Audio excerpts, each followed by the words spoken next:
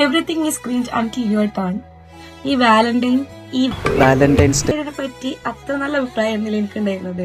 സ്കൂളിൽ പഠിക്കുന്ന സമയത്ത് ചിലവര് ഗിഫ്റ്റ്സ് കൊടുക്കുക, ഫ്ലവേഴ്സ് കൊടുക്കുക, അതേപോലെ റെഡിറ്റിട്ട് വരിക, ഇതൊക്കെ പറയുമ്പോ ഒരു ക്രിഞ്ച് പരിപാടിയല്ലേന്ന് തോന്നിയിട്ടുണ്ട് ആ സമയത്ത്. പക്ഷെ മാരീഡ് ആയി റിലേഷനിലായതിനു ശേഷമാണ് നമുക്ക് ചോക്ലേറ്റും ഫ്ലവറും ഗിഫ്റ്റ്സ് കിട്ടുമ്പോൾ ഈ പരിപാടി കൊള്ളാല്ലേന്ന് തോന്നുന്നത്.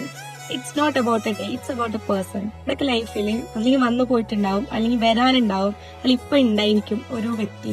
നമ്മുടെ സങ്കടങ്ങളും സന്തോഷവും നമ്മുടെ അച്ചീവ്മെന്റ്സും നമ്മുടെ സ്ട്രെങ്ത് വീക്ക്നസ് എല്ലാം ഷെയർ ചെയ്യാൻ പറ്റുന്ന ഒരാൾ.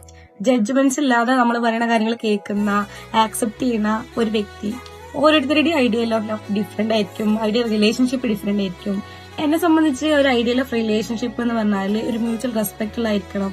ആൻഡ് നമുക്ക് എല്ലാ കാര്യവും ഷെയർ ചെയ്യാൻ പറ്റുന്ന ഒരു വ്യക്തി ആയിരിക്കണം. നമുക്ക് നമ്മുടെ പാസ്റ്റിൽ നടന്ന കാര്യം, നമ്മുടെ തോട്ട്സുകള്, മൈൻഡ് എന്താണോ നമ്മുടെ മൈൻഡിൽ വരുന്നത് അത് പറയാൻ പറ്റുന്ന ഒരാളായിരിക്കണം.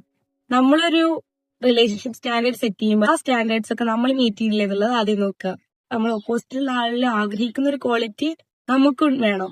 ഒരു അൺകണ്ടീഷണൽ ലവ് എല്ലാ ഹ്യൂമൻ ബീങ് ഡിസേർവ് ചെയ്യുന്നുണ്ട്.